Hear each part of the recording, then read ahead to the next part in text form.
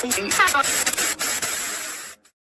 establish the Australian Government Digital ID System, and for related purposes, those opinions say aye, against no. I think the ayes have it. And just like that, we've got digital IDs, and it is going to bother you because you're human. But it is going to bother you because you're human, and I was human. I am human still. But I was just referring to myself in the past.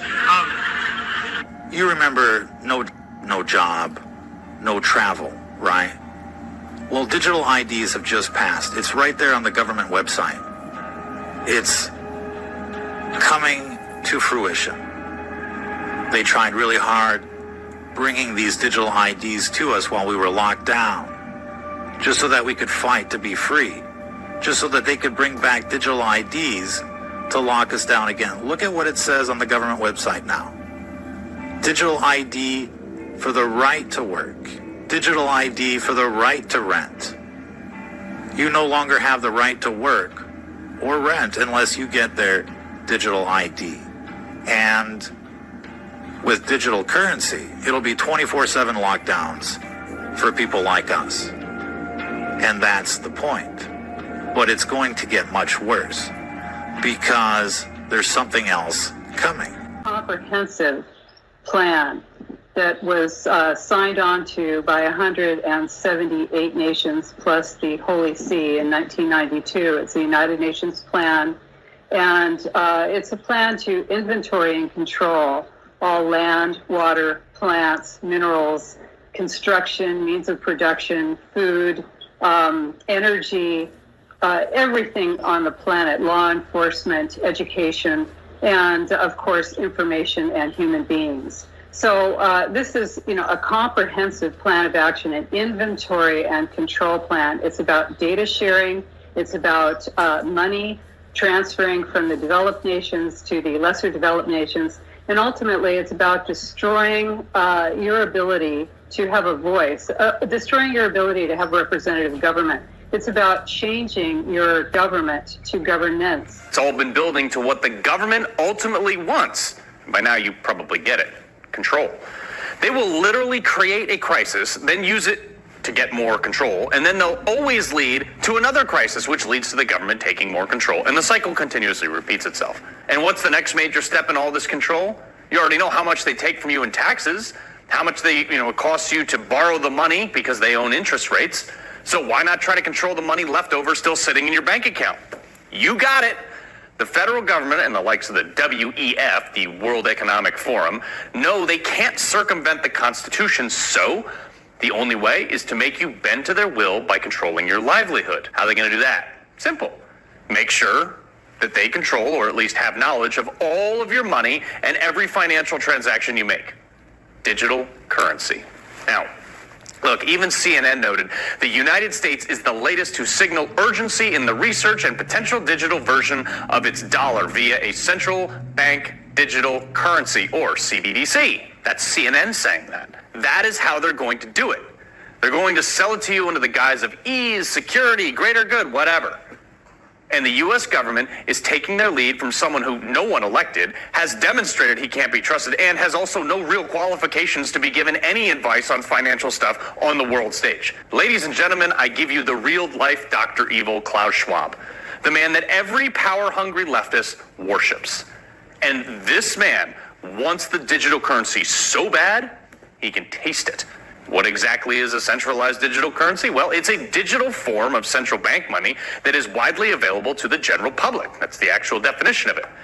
Now, a centralized digital currency, also known as a CBDC, would differ from existing digital money, like the Bitcoin, which we'll talk about in a sec, because it would be a liability of the Federal Reserve, not of a commercial bank. Its value, its availability, and even whether or not you can spend it and what you can spend it on would be mostly controlled by unelected bureaucrats. You thought the Patriot Act, FISA courts, and the FBI spying on you, stripping you of your freedoms? You think that was bad? Just wait for this. This will, not may, it will lead to confiscation, maybe expiration dates on funds that you thought you owned. blacklisting products and people. You don't think Gavin Newsom, that wacko out in California, isn't salivating at the ability to limit the amount of money you can spend on a gun? Like China is doing right now. It can even go the way of the social credit score. They're doing that too. China's digital yuan makes it easier for the Communist Party to view users' financial data and censor their activity. Weird. You think I'm crazy? Think again. They're doing this right out in the open, and no one is calling them on it. Take a look. Quote, Joe Biden ordered federal agencies to start to study the implications of a government-backed digital currency. The Federal Reserve is on the bandwagon for this, with studies and experiments already underway. But what's standing in their way? Well, two things. One is cash. They need to get rid of a cash-based system if they're going to do this, because if non-trackable cash is an option, people will just convert their digital currency over to cash and get around the government's restrictions. It has that pesky little thing on it for all debts, public and private. And two, private digital currency like Bitcoin. Why? Well, it's blockchain technology. It exists everywhere and nowhere, with no way for the government to manipulate or control it. You think I'm lying? Remember the three banks that just went bust? Silicon Valley Bank, First Republic Bank, and Signature Bank. All premier banks for Bitcoin or the like. Why do you think they didn't get bailed out? It's all connected, folks. So how do you get people to willingly give up their own autonomy, especially their financial autonomy? Simple. Give them free money. They'll take it. UBI, Universal Basic Income. And no surprise, like always, our buddy Klaus Schwab and the rest of these globalist, communists, and lizard people are trying to use a crisis to impose it. Check this out. What do you think the lockdowns were about? And why do you think they closed mom and pop stores but let big box retailers stay open? Forced economic consolidation.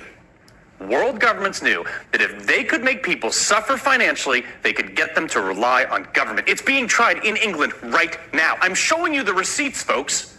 COVID was a trial run. In May, CBS News reported, prepare for the next pandemic. Future pathogens with, quote, an even deadlier potential than COVID. That's the WHO chief, the World Health Organization that nobody wants to listen to anymore. What they are doing is so blatant that even a member of the European Parliament, Christine Anderson, called it out. Listen to this.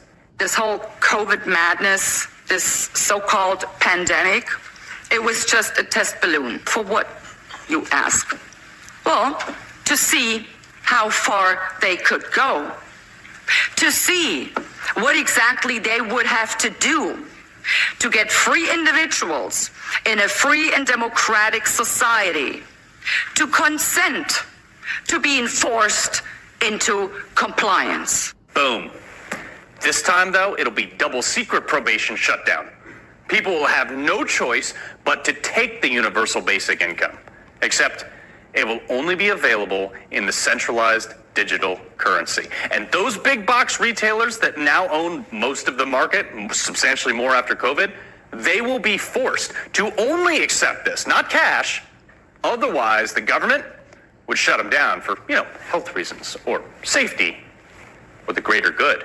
This is already happening in some places. Oh, Carl, I've never heard this. How could this possibly be true? Exactly. Of course you've never heard of it, because they're doing it in places that censor it. Ours tried to do this too. They just didn't totally succeed. Still don't believe me? Look to our north. Canada. Canada is literally succeeding. Fortunately, Ted Cruz understands this. He's one of the few actually fighting it. Folks, my point here is that a centralized digital currency is the end of our freedoms. Period. Full stop.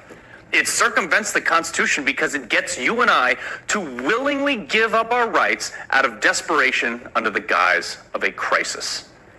It's total control that we cannot turn over to Washington, D.C. The moral to be drawn from this dangerous nightmare situation is a simple one.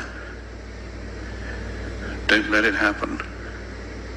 It depends on you. I would like to solve the puzzle. I would like to solve the puzzle. I would like to solve the puzzle. I would like to solve the puzzle.